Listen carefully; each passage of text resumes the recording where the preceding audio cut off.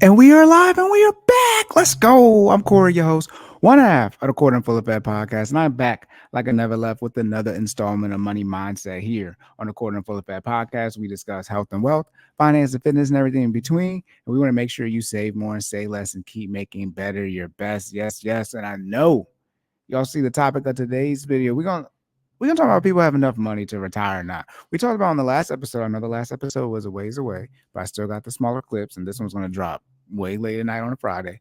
But we talked about the last episode about how much money you needed to be in the middle class, and one of the big markers of people feeling like they can live that middle class lifestyle is being able to retire. So today we're gonna get into some numbers. We're gonna go to Old Faithful and get into CNBC and talk about how much money is needed to retire. All right. My bad, y'all. I locked the house up like my wife is home and she's not home. Anyways, and again, on the Money Mindset, we get straight to the financial information, no filler in between. That's what I'm supposed to say. And I know y'all see the topic of today's video. We're going to get into how much money you need to retire. But before we get started, make sure y'all comment, like, share, and subscribe. Shout out to the YouTube algorithm. Make sure you leave those rate and reviews on the podcast platforms as well. My information, as well as my coach Jordan information, can be found in the description. Look at me, I'm out of breath.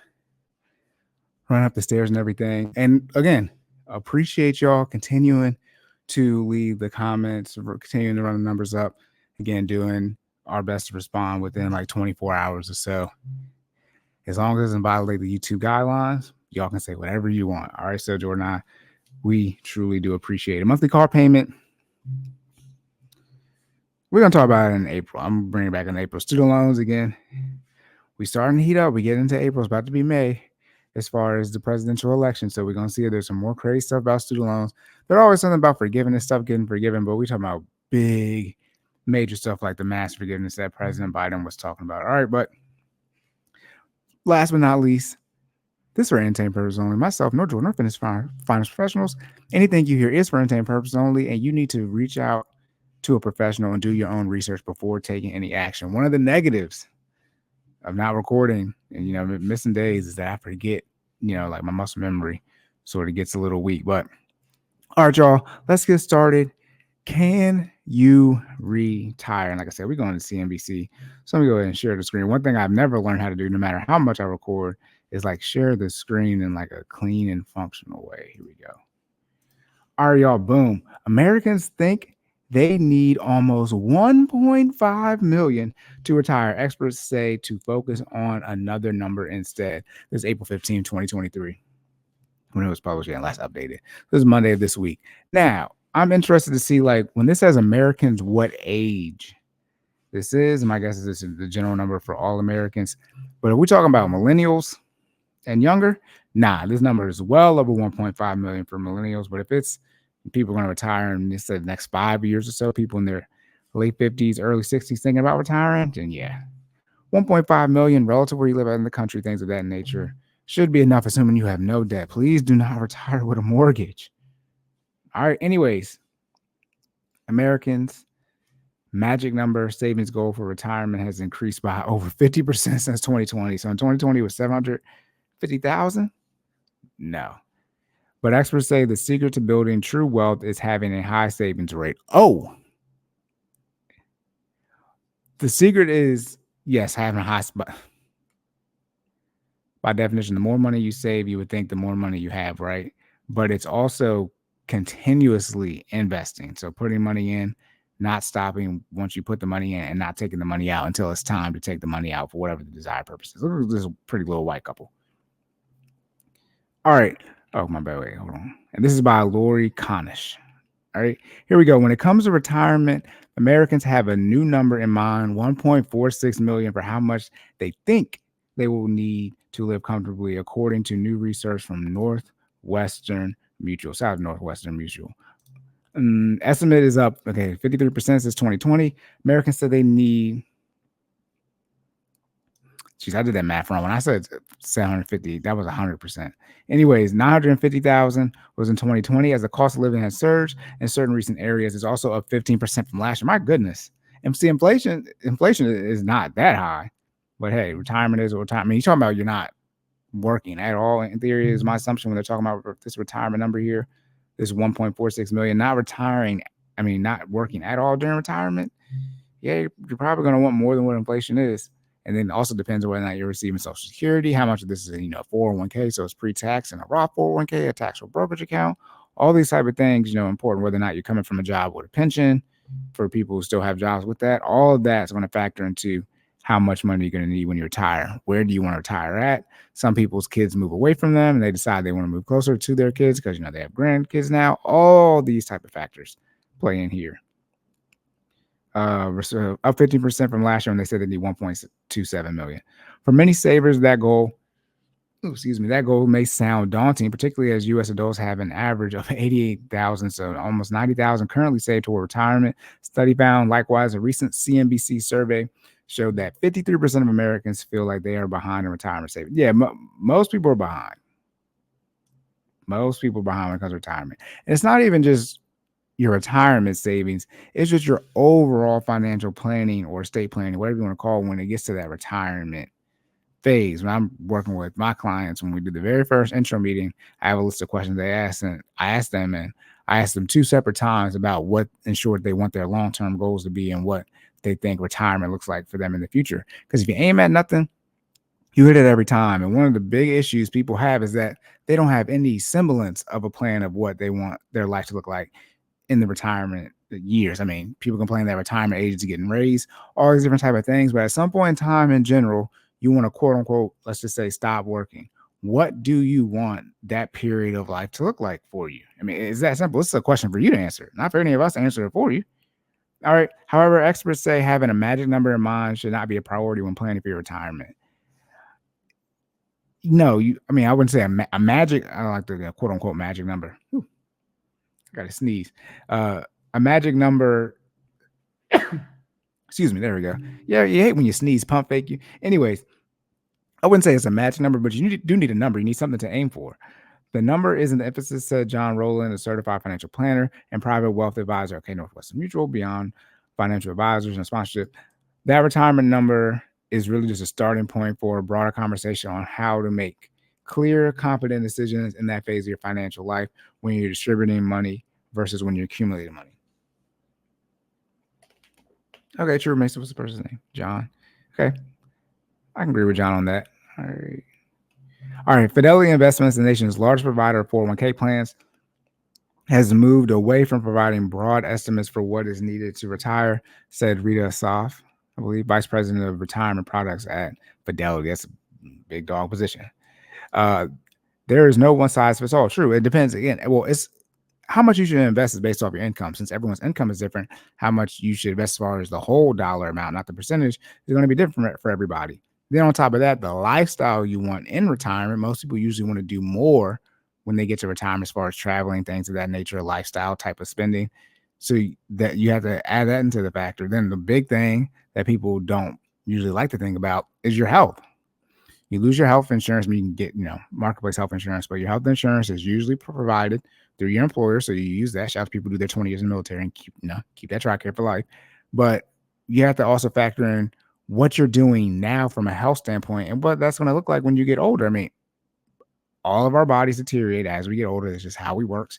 Retirement, I mean, not to be, a negative Nancy, but retirement means, in short, from an age standpoint, you're close to death. I mean, that's in short what that means. You're getting closer to the later years in your life. So it's likely that your health is in the worst condition it's ever been in your life. And you have to think about all those costs that may come up.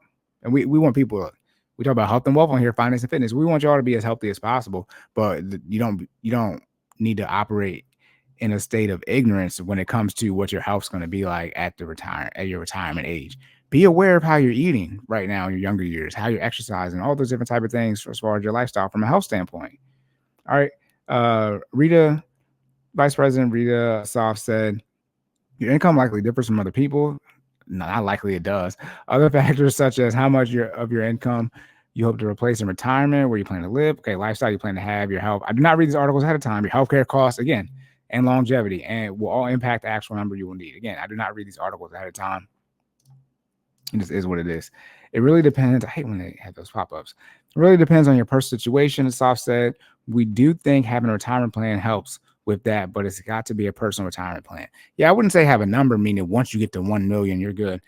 I would say try to save as much as possible. That would just be, and that's like, duh, Corey. But paying down your debt, paying off your debt, getting your house paid off. That's the one I would say in retirement.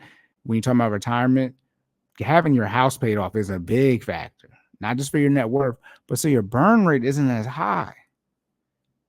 All right. Especially how much people complain about how much property taxes going on up shop. You got that 100% PNT or this 100% depending on the state you live in.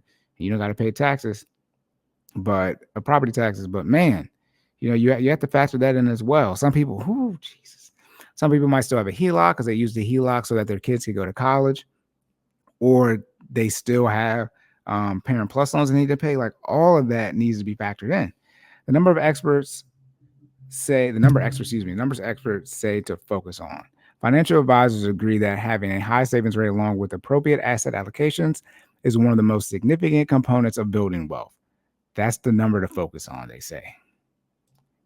Yes, how much money you're saving on a monthly basis. Fidelity provides a framework, okay, about time progress. Framework includes saving your salary by age 30. See, one of the issues with that is that for someone like myself, my income has scaled so much. My income more than tripled from the time I started working at 23, technically 24 years old, before the time I turned 30. So it's like, I wasn't the money I was making early on in my career. I'm still early on in my career, technically. Turned 31 this year. But earlier in the beginning, wouldn't put me in a position to have as much as I'm making right now at age 30. So it's something, that stuff like that you have to factor in. By 30, you need to have your salary, which then increases to twice your salary by age 35. My goodness. 3 times by 40 and continues to go up until the goal of 10 times by age 67. If you make $100,000, say you have that invested by 30, I don't know if you're compound, because so much can happen in 5 years where you might be recovering from something like the panorama, but doubling in 5 years is a lot. Those rule of 72, right? 72 divided by 5. 72 divided by 10. Yes, you can get a 14, 15% return of those 5 years if you contribute nothing. That's okay. Anyways, I'm not saying that number is wrong from a math standpoint, but that is, that's a lot. That may or may not be feasible. Yeah, as I'm, discussing right now, depending on where you're at. Asaf said, of the savings goals, but it just gives an easier view of what to do. The framework assumes that the investor will start saving at age 25 and save 15% annually. Again, so here we go. Fidelity Investments, 15%. They're saying is the number how much you need to save annually until retirement age from age 25. It's that simple. So again, that's 15% by the way of your growth. So if you make $100,000, you save 15% off rip. So that's $85,000 you got. All right. Then if you somebody, if you tie things like that, whatever, it's another 10%. Now you have 75%. When you equate taxes, let's just say your taxes $85,000 and you're married, so you mean that 12% range. It's not exactly that. But let's just call it 10%. That's 25% you got gone. So you have $75,000 and you got to pay for healthcare. So you're closer to spending 50% of what you make versus 100% of what you make than you think. When you start, if you're investing 15% of your gross. Recent retirement research. We got Fidelity and Vanguard in the same article. From Vanguard recommends that workers ramp up their annual retirement savings rate to 12% to 15% of their incomes and invest in an appropriate asset mix. Okay. For their ages, we're talking about asset mix. In short, what they're saying is how aggressive your portfolio should or should not be, or how conservative it should be based off your age.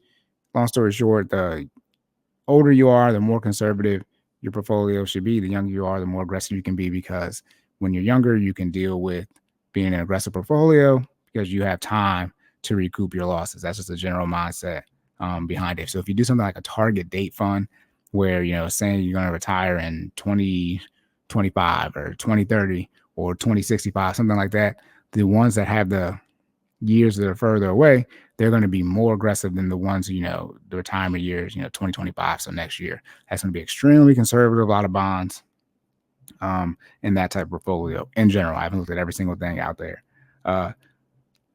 Doing so, though, for that type of asset mix based off of your profile can help improve your sustainable investment rate, the highest level of pre-retirement income they can replace. All right. John Rowland is saying, I would much rather have clients that save 50% of their income and get a 5% rate of return than save 1% of their income and get a 15%. Yes, that's simple math. Same client here, by the way, right? There can't be different clients. He said that to save money, you need to not spend it. Okay, necessities, debt payments, investments, lifestyle. Yeah, to save money, don't spend it. You can save, you can invest, or invest/invest. You can spend it, you can give it away, however you want to look at it. This is a concept: save your money, not spend it. Emphasized in the book, The Millionaire Next Door. Is that?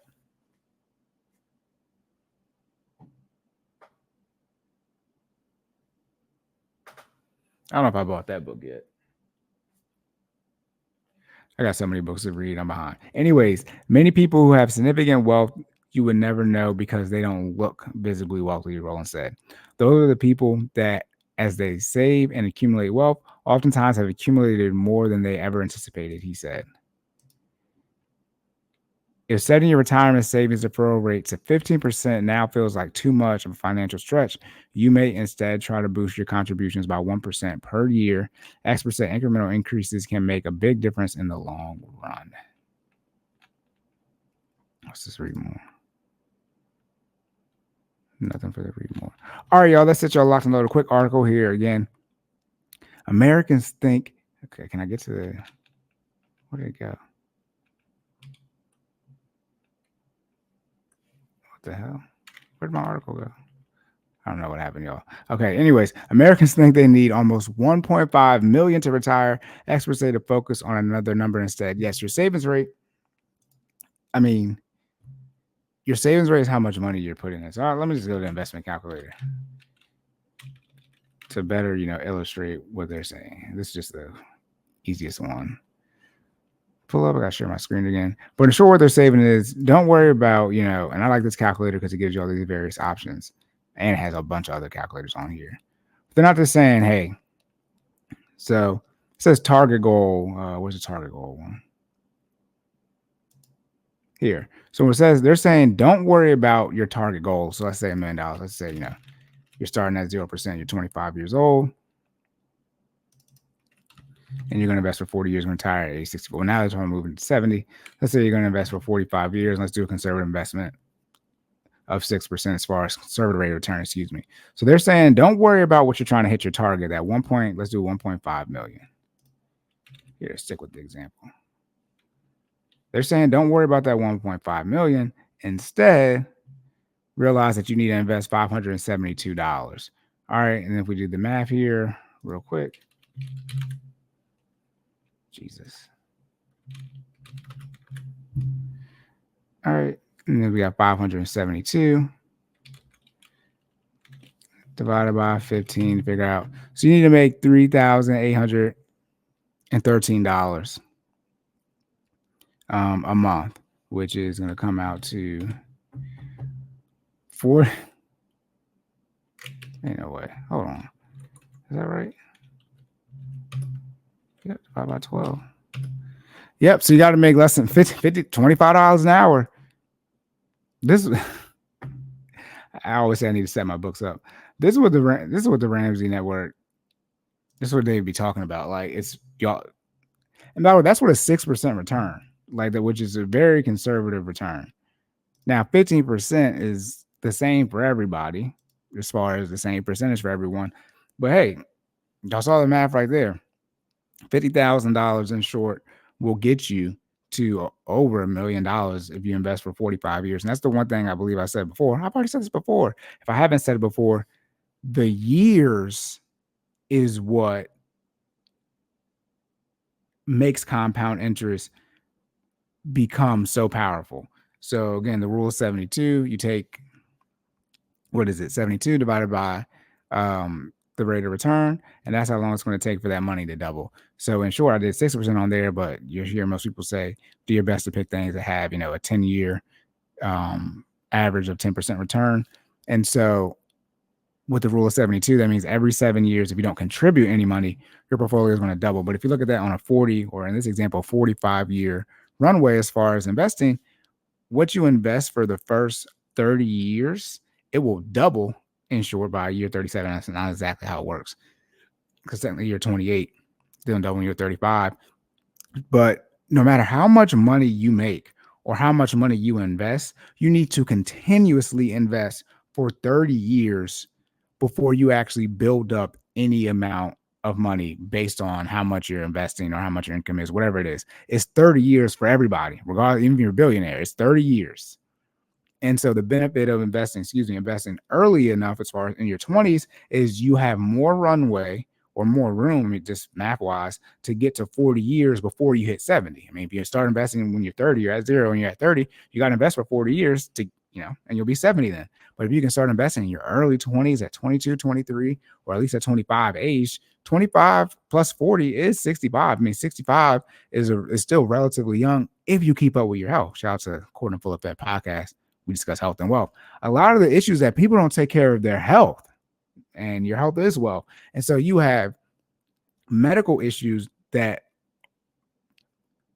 handicap not the right word, but in short are hurting you the whole time when you're trying to build this wealth. And that's why I talked about, yes, it's important how much you invest or how much you make, percentage, whatever it is, but making sure however much money you can invest, that 572 in this example, you have to continuously put that 572 away every single month for 45 years and not take away from it.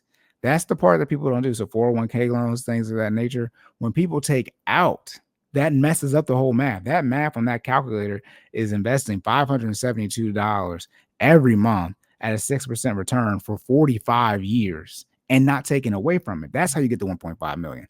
But that's not what a lot of people do. People make use of their 401k loans, or they take hardships, or whatever it is. The panorama happens, and so you can take the money out.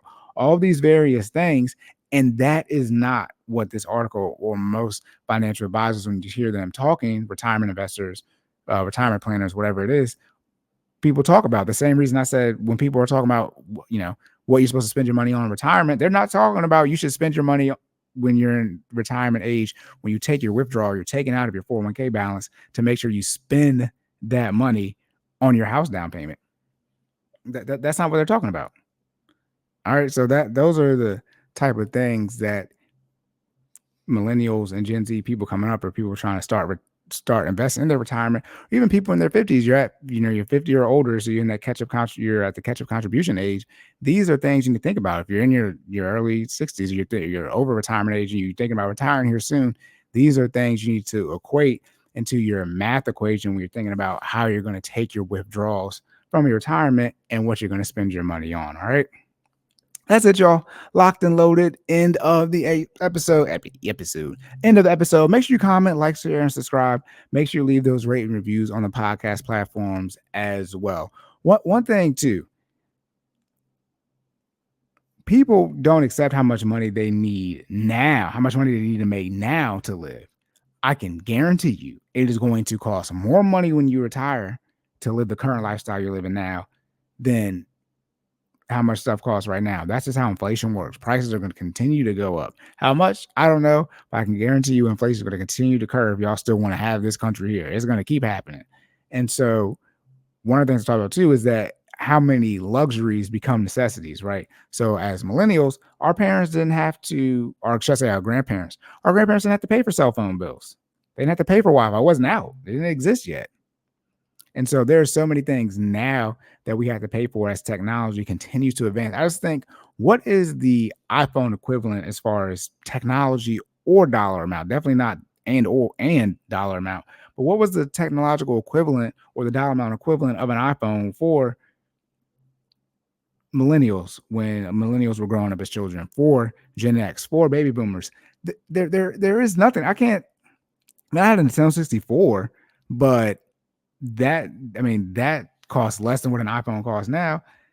There are children now who have iPad, iPhone, iMac, or MacBook Pro or MacBook. They have all these various things. You have iPad, you have iPad now because you got your iPhone, and they have the gaming system. So I'm thinking, we didn't have all that. I mean, we had a CD player.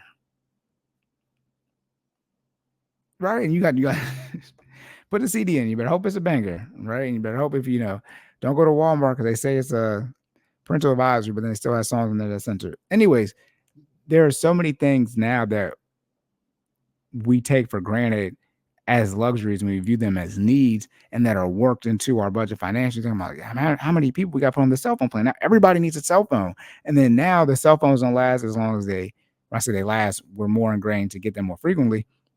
How many, if the cell phone is short, iPhone, most people got an iPhone, if it's $1,000 and you're a family of four, that's $4,000 in iPhones you're spending. Some people get it every year, right? You do the iPhone plan or whatever it is, or if you get it every 2 years, right? But I mean, just think about that in and of itself, that cost.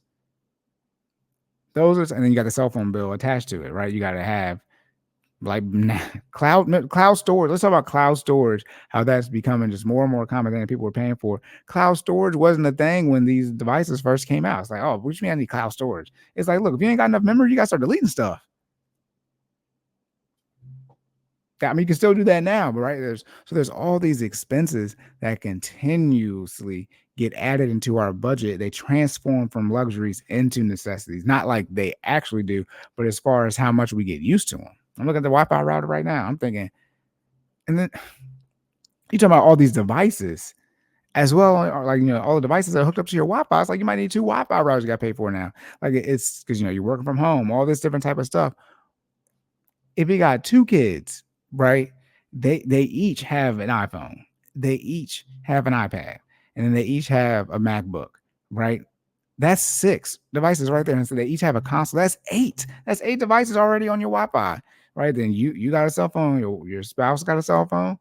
Like you had double. Then all the TVs are smart TVs, or all the TVs are hooked up now to the Wi-Fi. You got your work computer, your spouse work computer. You got your personal computer. Your spouse got a personal computer. Shit, y'all both might have iPads. Like when you start adding it up, it gets unreal. It gets unreal. And these are the type of things that people need to be aware of as far as your current lifestyle. So when you get to retirement, you don't want to have less. Most people want to at least live at where they're at right now or not have more. All right. Again, y'all, that's it. My information as well as my coach Jordan information can be found in the show notes. And one day it will be pinned as a description. Although I like to pin y'all's comments as the pinned comment. We can only have one pinned comment. That's how YouTube works. So I don't know if I actually end up pinning the comment, but it is all of our information is in the description. All right. Again, you can reach out to Jordan for the fitness information Monday, Wednesday, or Friday. Look, you got to sign up. Classes on Monday, Wednesday, or Friday, where you can sign up for the 5:30 a.m. Eastern Standard Time virtual training sessions. And I'm still going to promote it because I don't know if Jordan's taking more in-person clients. But if you live in the general Hartford County area, and because the Key Bridge is no longer there for however many 5-10 years, whatever, and so you can't come down to Anne Arundel County or whatever because traffic is crazy, go to the Hartford County area and stop stalling Jay. I believe tell him I sent you. But Jordan is back to doing his in-person training sessions. All right. Then for myself, you can reach out for the financial coaching information as well. I'm silent_Corey on the socials. All right. That's it, y'all. Again, if you have any questions, comments, or concerns, please leave a comment, DM us, reach out. We love doing this for y'all. And Jordan keeps saying, like, yo, we need to get sync back on schedule. I'm like, yo, you let me know. I mean, 10:17 p.m. It is. The issue with Jordan is that his room is his office is next to his sunroom, and so I don't know if he's going to be able to be himself without waking up at sun. But I don't know what the case is over there. But all right, y'all, that's it. Remember to save more and say less. Keep making better your best, and I'll catch y'all in the next one.